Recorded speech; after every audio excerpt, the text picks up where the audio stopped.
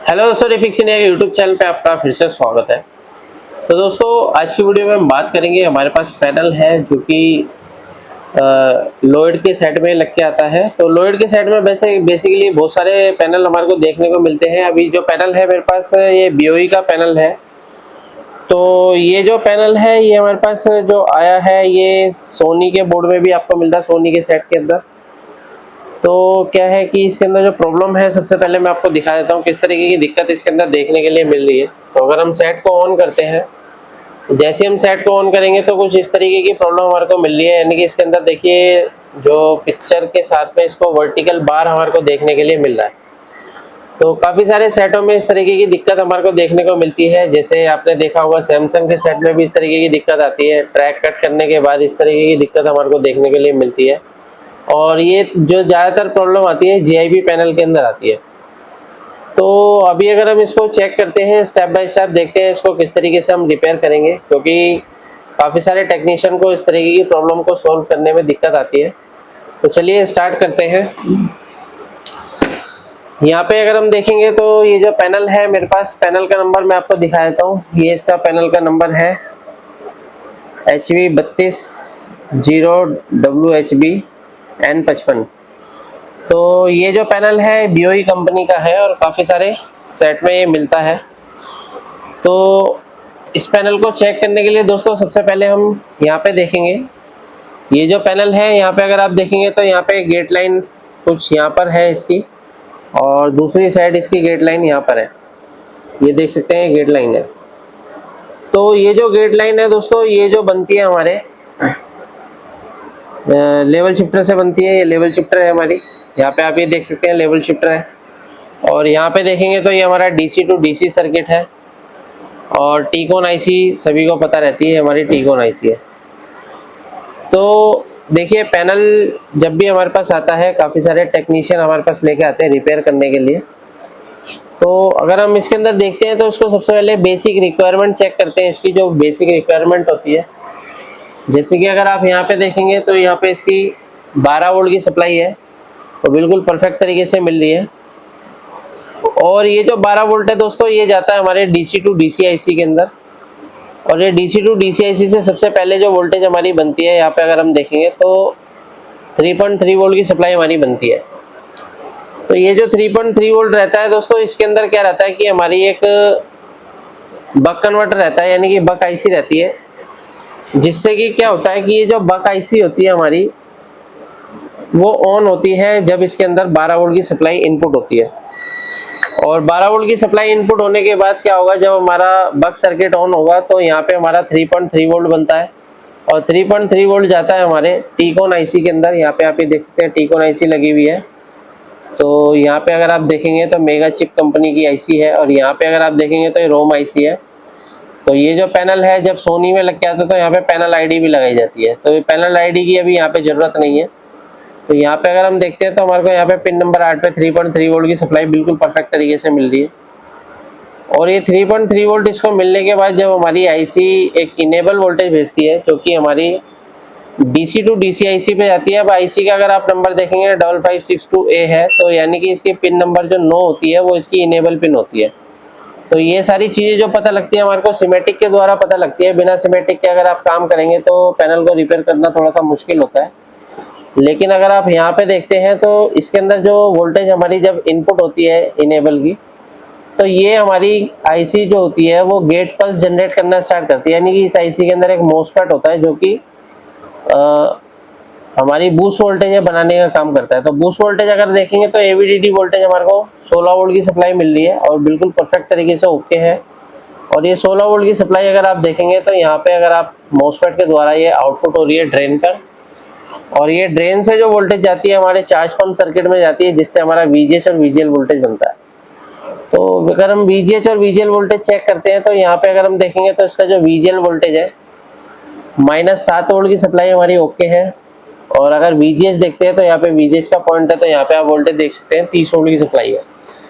तो VGH और VGL हमारा बिल्कुल परफेक्ट तरीके से बन रहा है, लेकिन फिर भी पैनल में दिक्कत है, वर्टिकल बार हमारे को देखने के लिए मिल रहा है। तो बेसिकली मैं आपको बता देता हूँ, वर्टिकल बार सबसे ज़्यादा जो प्रॉब्लम आती है वो गेट लाइन की वजह से आती है। यानी कि जो हमारी गेट लाइन होती है अगर ये मिसिंग रहती है या फिर गेट लाइन के अंदर कुछ भी प्रॉब्लम रहेगी तो आपको बार नज़र आएगा या फिर स्कैनिंग लाइन नज़र आएगी। तो ये जो लाइनें बनती है हमारी लेवल शिफ्टर सर्किट से बनती है, तो ये हमारा लेवल शिफ्टर का सर्किट है पूरा। तो अगर लेवल शिफ्टर की अगर हम वोल्टेज चेक करते हैं तो सबसे पहले हमारे को यहाँ पे देखिए जो वोल्टेज मिलता है 30 वोल्ट की सप्लाई यानी VGH वोल्टेज मिल रहा है। और यहाँ पे क्या होता है, यहाँ पे एक डिवाइडर सर्किट बना हुआ है। तो यहाँ पे देखेंगे तो 3 वोल्ट की सप्लाई इनपुट हो रही है और डिवाइडर के द्वारा वोल्टेज जो होती है वो हाफ हो जाती है। तो यहाँ पे अगर आप देखेंगे तो वोल्टेज हाफ होने के बाद ये वोल्टेज हमारी IC के अंदर जा रही है। दूसरा अगर हम यहाँ पे देखते हैं तो यहाँ पे हमारे को VGL वोल्टेज मिलना चाहिए, लेकिन यहाँ पे अगर आप देखेंगे तो हमारे को यहाँ पे VGL वोल्टेज जो है वो नहीं मिल रहा है। तो जब तक यहाँ पे VGL वोल्टेज नहीं आएगा तब तक हमारा पैनल जो है प्रॉपर तरीके से काम नहीं करेगा। तो यहाँ पे हमारे को VGL वोल्टेज देनी पड़ेगी। तो VGL वोल्टेज देने के लिए दोस्तों यहाँ पे जो है मेरे को एक सप्लाई देनी पड़ेगी अलग से वायर लगाकर, और उसके बाद देखते हैं क्या कंडीशन रहती है। तो यहाँ पे अगर आप देखेंगे तो ये हमारा जो डायोड है यहाँ पे लगा हुआ है जो कि VGL वोल्टेज बना रहा है। इसके साथ में एक PF भी लगा हुआ है। तो PF से अगर मैं वोल्टेज उठा के अगर हम कैपेसिटर पे देते हैं और उसके बाद ट्राई करते हैं क्या कंडीशन रहती है। तो सेट को मैं ऑफ करता हूँ। और VGL वोल्टेज के लिए दोस्तों यहाँ पे हमारे को एक वायर की ज़रूरत पड़ेगी। तो यहाँ से हम एक वायर ले लेते हैं। तो ये एक मैं टेम्परेरी बेस पे लगा रहा हूँ, बाकी हम देखेंगे कि किस तरीके से हम इसको करेंगे। तो यहाँ पे हम एक इस तरीके से ले लेते हैं वायर को। और वायर को जब भी हम लगाते हैं तो फिनिशिंग से हमारे को लगाना होता है। जब भी आप काम करते हैं तो आपके पास टूल्स, पार्ट, कंपोनेंट सब अच्छी क्वालिटी के होने चाहिए, तभी आप प्रॉपर तरीके से काम कर सकते हैं। तो यहाँ पे क्या है, मैं एक शोल्डर ले लेता हूँ थोड़ा सा, और शोल्डर को हम लगाते हैं इस वायर पे। तो यहाँ पे क्या है कि ये जो हमारा VGL आ रहा है वो इस पॉइंट से आ रहा है। तो इस पॉइंट पे मैं VGL जोड़ देता हूँ। ये हमारा कैपेसिटर लगा हुआ है और इस कैपेसिटर से दोस्तों मैं इस दूसरे कैपेसिटर पे जोड़ूंगा। तो कि यहाँ पे जो कैपेसिटर है तो इस कैपेसिटर के अंदर हमारे को ये चीज़ देखनी पड़ेगी कि हमारा पॉजिटिव और नेगेटिव कौन सा है दोस्तों। तो जब भी आप सप्लाई देते हैं कैपेसिटर पे तो इसका पॉजिटिव नेगेटिव देखना जरूरी होता है, क्योंकि जो हमारे PF लगे होते हैं वो ज़्यादातर पैरेलल में लगे होते हैं। तो इसको क्या है, हम थोड़ा सा इस तरीके से क्लीन कर लेते हैं। और यहाँ पे क्या है, मल्टीमीटर से चेक करते हैं। तो यहाँ पे अगर हम देखेंगे तो ये हमारा नेगेटिव पॉइंट है और ये पॉजिटिव पॉइंट है। तो यहाँ पे हमारे को VGL वोल्टेज देनी है। यहाँ पे हम थोड़ा सा पेस्ट लगाते हैं और पेस्ट लगाने के बाद थोड़ा सा सोल्डर हमारे को यहाँ पे लगाना पड़ेगा। तो इस तरीके के पैनल देखिए दोस्तों हमारे पास आते हैं रिपेयर होने के लिए। तो अगर आपको पैनल की प्रॉपर तरीके से ट्रेनिंग लेनी है तो ट्रेनिंग लें, लेकिन ये नीचे दिए कॉन्टैक्ट नंबर पर कॉन्टैक्ट कर सकते हैं, जिसमें आपको प्रॉपर तरीके से आपको बताना है किस तरीके आप किसी भी पैनल को रिपेयर करेंगे। तो अभी हमने यहाँ पे जोड़ दिया है और ये जोड़ने के बाद जो है थोड़ा सा हमारे को उसको तरीके से रखना पड़ेगा। और दोबारा से हम सेट को पावर दे के चेक करते हैं क्या कंडीशन रहती है। तो सेट को ऑन करते हैं और यहाँ पे मैं वोल्टेज चेक करता हूँ। तो मेरे को यहाँ पे VGH और VGL दोनों मिलना चाहिए। मल्टीमीटर को सेट कर लेते हैं वोल्टेज रेंज पर। तो यहाँ पे मेरा -7 वोल्ट की सप्लाई है और यहाँ पे अगर हम देखें तो VGH वोल्टेज ओके है। तो अगर हम पिक्चर की कंडीशन देखेंगे, पिक्चर की क्या कंडीशन है, तो अगर आप यहाँ पे देखेंगे तो पिक्चर के अंदर अभी क्या है कि पर्पल कलर की पिक्चर हमारे नजर आ रही है और इसके अंदर क्या है, यहाँ पे स्कैनिंग लाइन भी नजर आ रही है। यानी कि बार हमारा यहाँ पे चला गया है, लेकिन पिक्चर के अंदर स्कैनिंग लाइन है और बार हमारा चला गया। तो हमारे को ये भी ठीक करना पड़ेगा, क्योंकि अभी पैनल जो है प्रॉपर तरीके से ओके नहीं हुआ है। तो देखिए इस कंडीशन में अगर इस तरीके की दिक्कत आती है तो ये भी हो सकता है कि हमारी जो लेवल शिफ्टर IC है उसके अंदर भी इस तरीके की दिक्कत होगी, जो हमारी गेट लाइन आउट नहीं करेगी। तब हमारे को स्कैनिंग लाइन नज़र आती है, क्योंकि जब हम क्या काम करते हैं गेट करते हैं तो हमारे को स्कैनिंग लाइन नज़र आती है।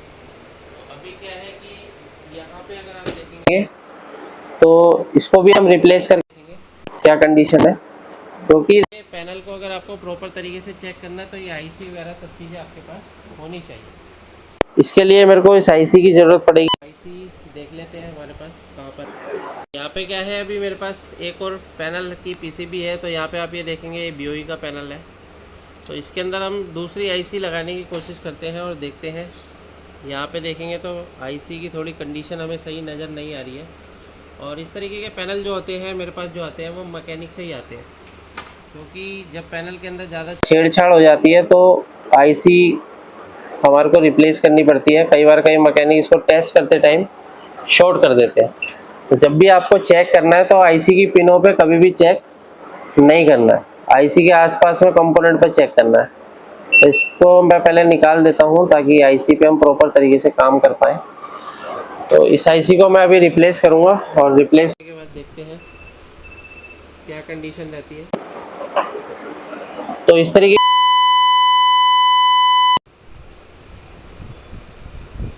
इसको हम यहाँ से रिमूव कर लेते हैं। बाकी आईसी को रिप्लेस करने के बाद भी हो सकता है कोई ना कोई प्रॉब्लम हमारे को नज़र आए, तो उसे भी देखेंगे। लेकिन फिलहाल इसको हम रिपेयर करने की कोशिश करते हैं। और जब भी हम आईसी निकालते हैं या लगाते हैं तो हमारे को आईसी की डायरेक्शन देखना ज़रूरी होता है।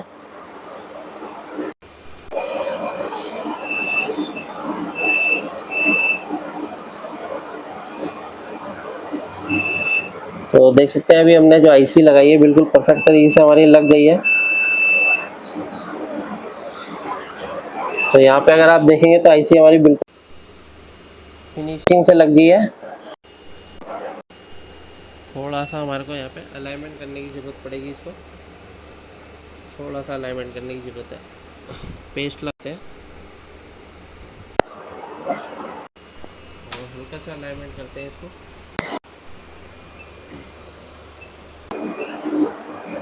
तो जब भी आपको काम करना है तो आपके पास टूल्स अच्छे होने चाहिए पैनल पे काम करने के लिए।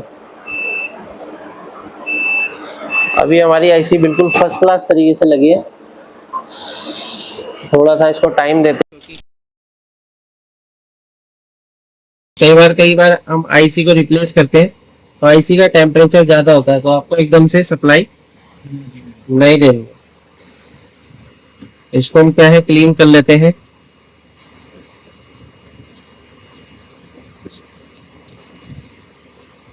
और दोबारा से हमारे को यहाँ पे जो VGL की सप्लाई जो हमारी मिसिंग थी उसे भी यहाँ पे देना पड़ेगा।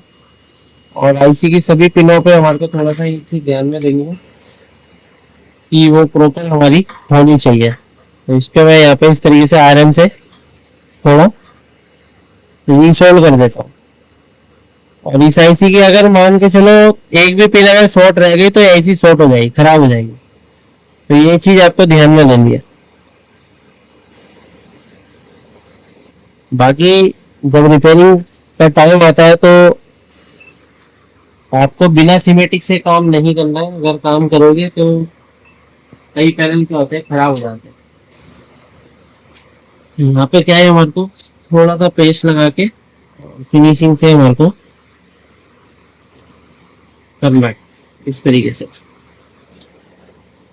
ये लगा दिया मैंने।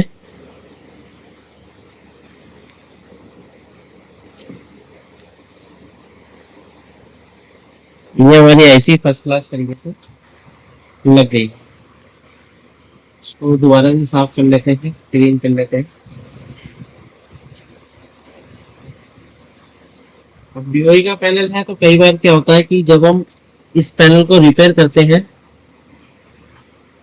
तो होता क्या है कि जो पहले इसके अंदर बाहर आ रहा था वो इसके अंदर छप जाए, तो वो काफी देर बाद ठीक है। मतलब आपको चला के इसको छोड़ना पड़ेगा। ऐसा नहीं है कि एकदम से नहीं चले BOE के पैनल, बाकी पैनल चल जाते हैं। हाँ, इसके अंदर क्या होता है वो चीज छप जाती है। हाँ, इसको क्या है आप चला के छोड़ दो। जैसे आपकी कोई वोल्टेज नहीं बन रही, आपका बाहर आ रहा है, आपने रिपेयर करा, वोल्टेज बन गई, अब उसको चला के थोड़ी देर छोड़ दो, ठीक है। तो वो धीरे धीरे जो बाहर था वो आपका खत्म हो जाए, ठीक है। अभी आईसी हमारी परफेक्ट तरीके से जो है लग गई है। और अभी हम क्या है इसको भी दोबारा से यहाँ पे जंपर को जोड़ देंगे, क्योंकि यहाँ पे जो VGL का सर्किट है हमारा उससे वोल्टेज नहीं आ रही है। तो यहाँ पे मैं इसको जोड़ देता हूँ इस तरीके से।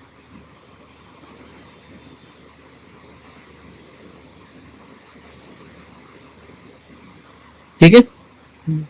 तो इस पे थोड़ा सा ये ध्यान देना है कि दूसरी साइड या फिर कोई दूसरी जगह वो शॉर्ट ना हो, ठीक है, क्योंकि जो लेवल शिफ्टर ऐसी होती है काफी सेंसिटिव होती है, बहुत जल्दी खराब हो जाती है बहुत जल्दी। AUO के पैनल कुछ ऐसे आते हैं टीकॉन वाले 43 में, अगर आपकी कॉफ आईसी भी अर्न होगी तो भी लेवल शिफ्टर हो जाती है। कई बार कई मैकेनिक क्या काम करते हैं कि दूसरा टीकॉन लगाया वो भी खराब हो गया। पैनल को आपको खोल के जरूर चेक करना। अभी हमने यहाँ पे लगा दिया है, अभी सेट पे यहाँ पे सप्लाई देते हैं, आप दोबारा से यहाँ पे वोल्टेज वगैरह सब चीज चेक कर लेते हैं क्या कंडीशन है। तो हमने क्या है आईसी दूसरी लगाई है, तो कई बार क्या होता है आईसी अगर शॉर्ट निकल गई तो वोल्टेज हमारी ड्रॉप हो जाती है। तो यहाँ पे अगर हम देखते हैं तो हमारा जो वोल्टेज है देखिए ओके है, यहाँ पे VGL भी चेक कर लेते हैं, VGH भी ओके है, VGL भी ओके है, तो वोल्टेज ऑलमोस्ट सारी ओके है। पिक्चर की कंडीशन देखते हैं।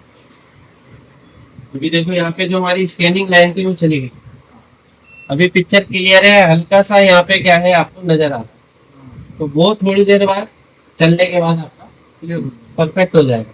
यहाँ पे आप ये देखना थोड़ी देर बाद चला जाएगा, लेकिन क्या है जो स्कैनिंग लाइन पहले आई थी हमारी वो क्लियर, तो अभी हमारा पैनल क्या है बिल्कुल ओके हो चुका है। इस तरीके से हम किसी पैनल को आसान तरीके से रिपेयर कर सकते हैं, लेकिन पैनल को रिपेयर करने के लिए आपके पास पूरी तरीके से नॉलेज होनी चाहिए।